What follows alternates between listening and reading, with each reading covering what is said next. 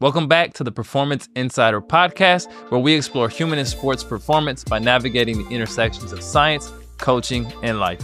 I'm your host, Ramsey, and today we're tackling the hot topic of knees over toes. Specifically, we will discuss what happens when you restrict the knees from moving past the toes during squats, what factors influence knee translation during squatting, and most importantly, how should athletes approach squats for optimal performance and safety. So stick around as we break it all down and uncover the truth about this controversial topic. Let's explore. Welcome to episode 2 of the Performance Insider podcast. And shout out to everyone who's listened to and shared episode 1. If you missed it, be sure to check it out as we explore the pros and cons of game day lifting, even shared what the Bulls were doing in the 90s on game days. Let's jump into episode 2, where we're going to cover a controversial topic of knees over toes. If you spent any amount of time on social media, then certainly you've seen knees over toes everywhere, right?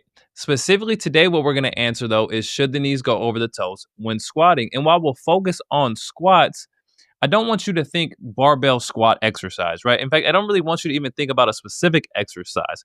When we talk about squat, what we really should think about is flexion and extension of the ankles, the hips, and the knees. And so everything that we'll unpack today will be relevant to those movements that require, specifically in the sagittal plane, the flexion and extension of the ankles, the hips, the knees, and kind of that displacement of mass up and down in the vertical plane, right? So don't think barbell exercise, although I'll show you some barbell exercises. I want you to think more so about what exercise require within the sagittal plane us to move our lower body with flexion and extension across these joints.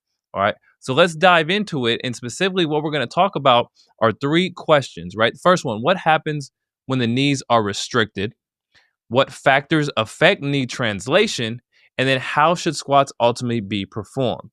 And that will be the key takeaways from a safety perspective, from a performance perspective. How should we actually be squatting? So where does all this come from?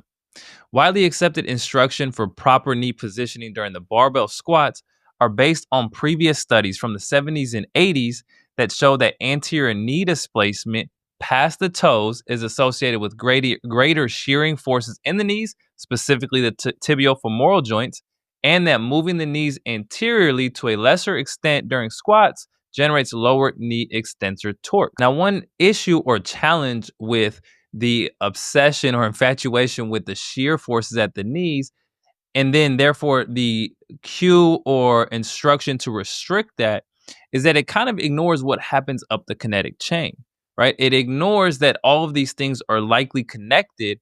And so change at the knee likely will affect changes at the ankle and the hip. And luckily for us, we have an OG study from 2003 that actually provides compelling data and demonstrates what happens when we restrict the knees from going past the toes. This paper comes from Dr. Fry. Shout out to Dr. Fry right here at the University of Kansas, where I work. And he did this study in 2003 where they had recreationally trained men who were currently using the high bar parallel squat. So they were using this exercise and they had them perform squats with and without knee restriction. So let's take a look at that. Let's take a look at the setup. Right. Again, 7 recreationally trained athletes did this. And what they did is they performed squats, as we can see on figure A, squats with knee translating past the toes, no restriction. Right. And then in figure B, as you can see, there's a vertical board placed in front of the toes, vertically up along that shank line to restrict those knees from going past the toes. Right. So those knees are running into a 2x4, literally. Well, not necessarily a 2x4, but a piece of wood to stop the knees from going past the toes. And they looked at the biomechanics and measured the forces and torques occurring in both of these situations, right? Now, this is interesting because what this is going to do is directly compare squats performed with and without knee translation, in this case, using a vertical board to stop it. So what actually happened, right? What happens when we actually cue and restrict those knees from going past the toes? Well, the results are pretty compelling here. The knee torque increased by about 28% on average when the participants performed unrestricted parallel high bar back squats. The knee torque for the unrestricted squat was 150 Newton meters versus the knee torque for the restricted squat was 117 Newton meters. And we can see that as we kind of highlight unrestricted here, knee torque, 150 Newton meters. And then off to the right for the resisted condition, you have 117 Newton meters, right? So a slight change there. So if your goal was to decrease the amount of knee torque required, then certainly restricting the knees appears to make sense. Remember that 28% increase. But because these things are connected, what becomes interesting, or the question that we should therefore ask is, well, what happened at the hips? And we have that data as we see. So conversely, it was also shown that external torque on the hip joints increased by approximately 973%.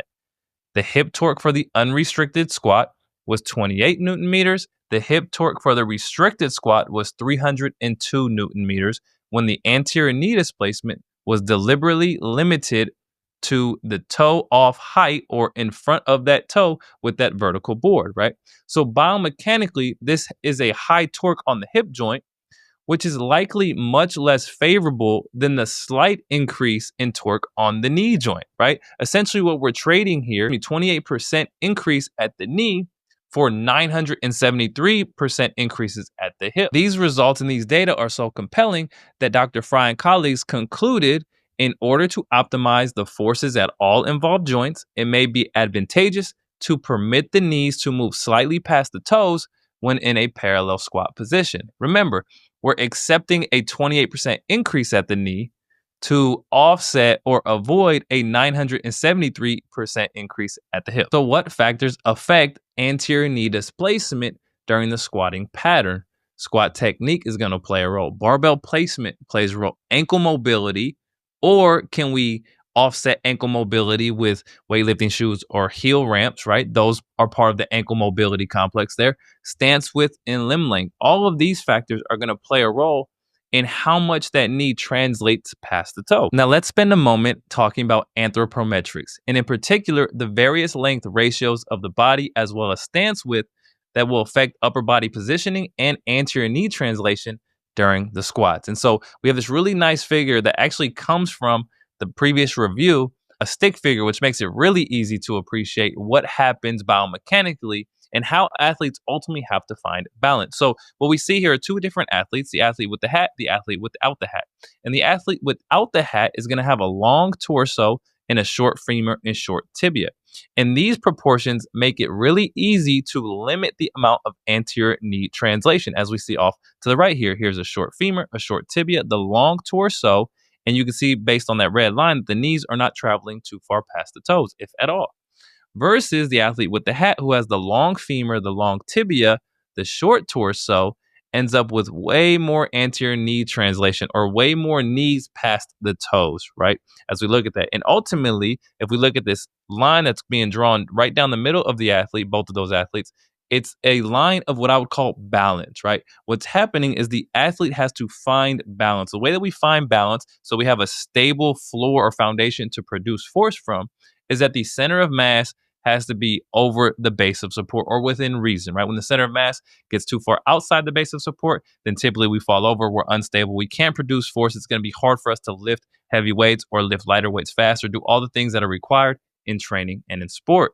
And so the limb length differences are ultimately going to affect the biomechanics that allow athletes to achieve here some version of balance, right?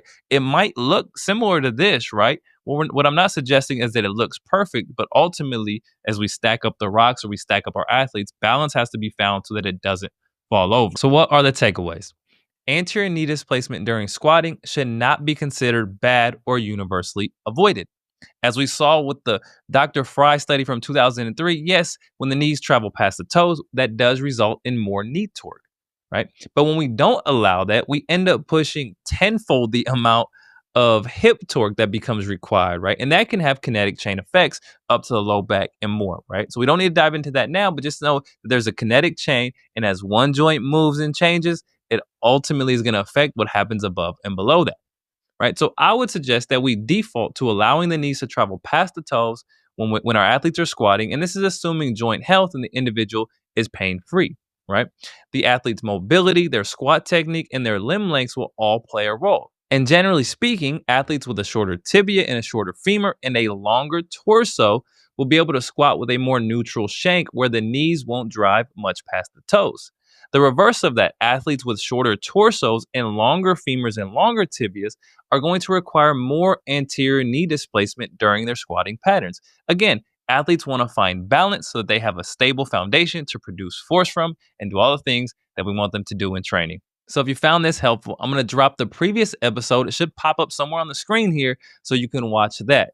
Thanks, and don't forget to hit the subscribe and like button.